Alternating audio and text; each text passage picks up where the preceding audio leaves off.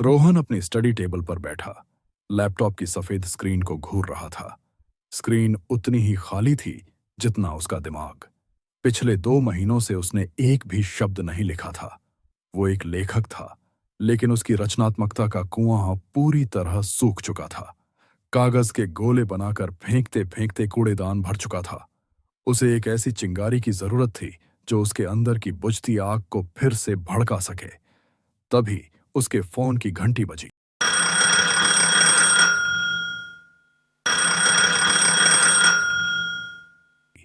Screen पर उसके पुराने दोस्त कबीर का नाम चमक रहा था।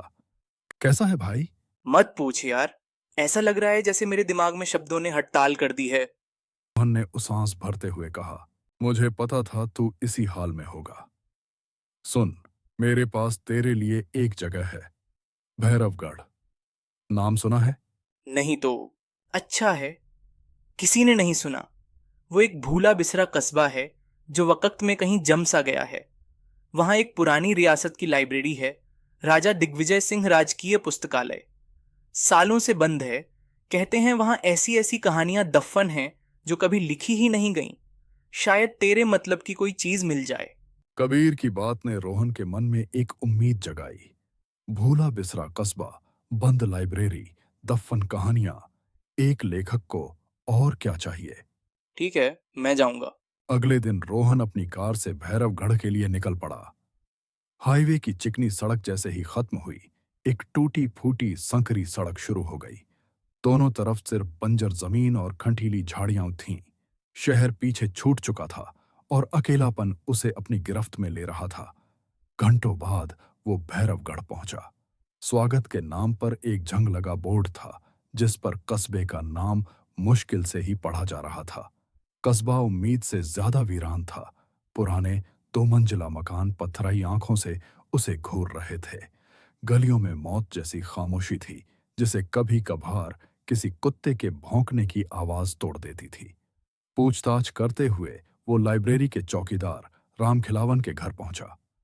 रामखिलावन एक बूढ़ा आदमी था, जिसके चेहरे पर झुर्रियों का जाल था और आंखें अंदर की ओर धंसी हुई थीं। जब रोहन ने लाइब्रेरी की चाबी मांगी, तो रामखिलावन ने उसे ऊपर से नीचे तक देखा। क्या करोगे बेटा वहां जाकर? वो जगह अब इंसानों के लिए नहीं है। बाबा, मैं एक लेखक हूँ। बस कुछ घंटे पुराने कागजों के बीच बिताना चाहता हूँ। रोहन ने मुस्कुराकर कहा। रामखिलावन ने एक भारी लोहे की चाबी उसे थमाई। चाबी पर झंग की मोटी परत थी। ठीक है, पर एक बात गांठ बांध लो। सूरज देवता के रहते रहते लौट आना। उस इमारत की दीवारों के भी कान हैं और रात में वो सुनने लगती है। लाइब्रेरी की इमारत किसी पुराने थके हुए दानव की तरह खड़ी थी। उसके बड़े बड़े दरवाजों पर मकड़ी के जाले लटक रहे थे। रोहन ने जोर लगाकर चाबी घुमाई और एक चरमराते हुए कर्कश शोर के साथ दरवाजा खुला। अंदर का दृश्य किसी और ही दुनिया का था। धूल की मोटी चादर हर चीज पर बिछी थी। हवा में सीलन और पुराने कागज की एक अजीब नशीली गंध थी। सूरज की एक तिरछी किरण रोशनदान से छनकर आ रही थी, जिसमें धूल के कण किसी जादू की तरह नाच रहे थे। ऊंची ऊंची अलमारियां एक लकड़ी का जंगल बना रही थीं, जिनके बीच का रास्ता एक भूल भुलैया जैसा लगता था। खामोशी इतनी गहरी थी कि रोहन को अपने दिल की धड़कन और सांसों की आवाज भी साफ सुनाई दे रही थी। एक लेखक के तौर पर वो रोमांचित था, लेकिन उसके अंदर का इंसान एक अनजाने डर को महसूस कर रहा था। रोहन ने अपनी टॉर्च जलाई और अलमारियों के बीच घूमने लगा। वो किताबों की जिल्द पर उंगलियां फिराता, उनके नाम पढ़ता। हर किताब अपने अंदर एक कहानी समेटे हुए थी। घंटों बीत गए। उसका उत्साह धीरे धीरे कम हो रहा था। उसे कुछ भी ऐसा नहीं मिला जो उसे आकर्षित कर सके। थक कर वो एक गलियारे के अंत में पहुंचा। अचानक उसका पैर फिसला और वो लड़खड़ा गया। संभलने के लिए उसने एक अलमारी का सहारा लिया। तभी उसके पैर के नीचे फर्श का एक लकड़ी का तख्ता थोड़ा धंस गया। उत्सुकता से उसने तख्ते को हटाया।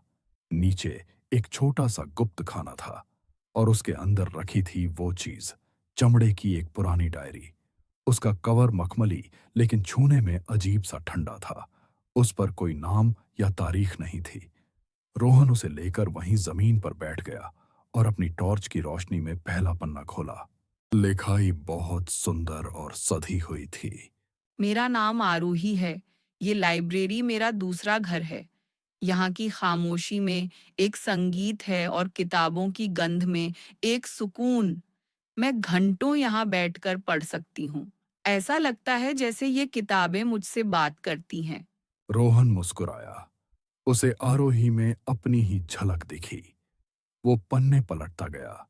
शुरुआती कुछ पन्ने आरोही के किताबों के प्रति प्रेम और उसकी पसंदीदा कहानियों से भरे थे। आज कुछ अजीब हुआ। पढ़ते पढ़ते लगा जैसे कोई मेरे पीछे खड़ा है। हवा भी नहीं चल रही थी, फिर भी मेरे बाल उठे।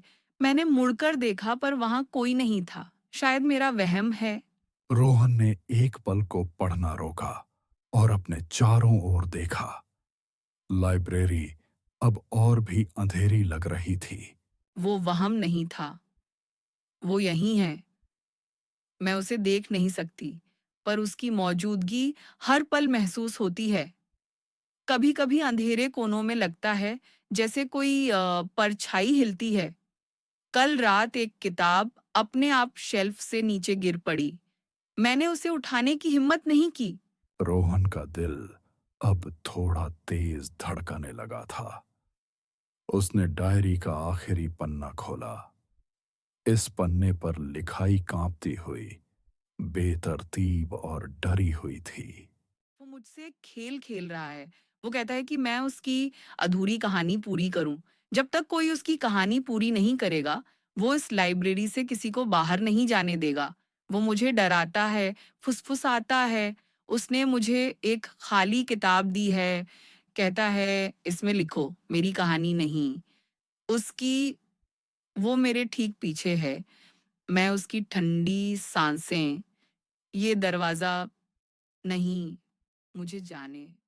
इसके बाद के सारे पन्ने खाली थे। कोरे सफेद पन्ने। एक सर्द लहर रोहन की रीढ़ में दौड़ गई। उसने डायरी बंद की और तुरंत उठ खड़ा हुआ।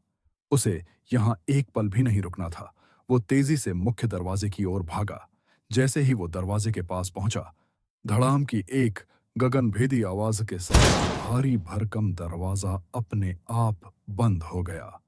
उस आवाज की गूंज पूरी लाइब्रेरी में ऐसे फैली जैसे किसी ने मौत का ऐलान कर दिया हो।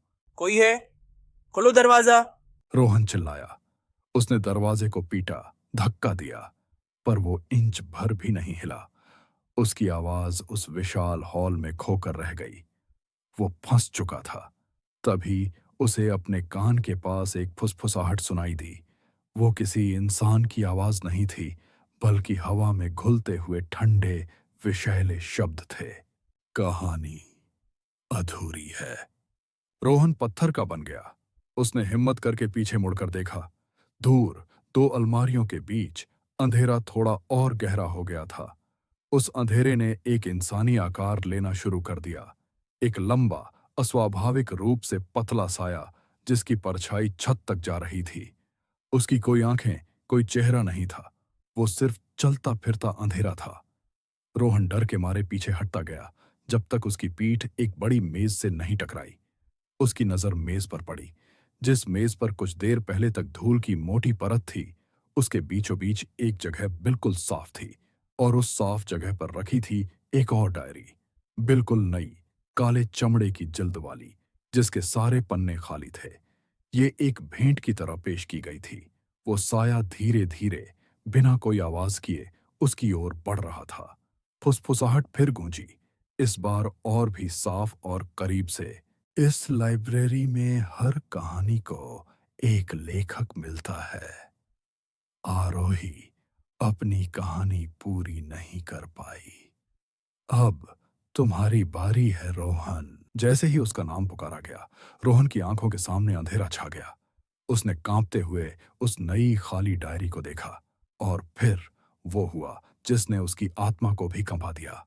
उस खाली डायरी के पहले पन्ने पर गीली स्याही की तरह शब्द अपने आप उभरने लगे। शहर की भागदौड़ से दूर एक नौजवान लेखक रोहन अपनी नई कहानी के लिए प्रेरणा ढूंढ रहा था। ये उसकी अपनी कहानी की पहली पंक्ति थी। वो शिकार था और शिकारी ने अपनी कहानी लिखनी शुरू कर दी थी। वो इस लाइब्रेरी की दीवारों, किताबों और खामोशी में हमेशा के लिए कैद हो चुका था, एक और भूली बिसरी कहानी बनने के लिए। उसकी चीखें उस लाइब्रेरी से कभी बाहर नहीं आ सकीं। बाहर भैरवगढ़ की रात और भी गहरी हो गई और राजा दिग्विजय सिंह राजकीय पुस्तकालय ने अपने सीने में एक और राज दफन कर लिया, एक और लेखक का इंतजार करते हुए जो शायद कभी उस कहानी को पूरा कर सके। और उस कहानी का शीर्षक था आखिरी पन्ना। हमारा कंटेंट पसंद आ रहा है? हमें सपोर्ट करना मत भूलना। लाइक करो, सब्सक्राइब करो और हमारी ऑसम फैमिली का हिस्सा बनो। देखने के लिए धन्यवाद।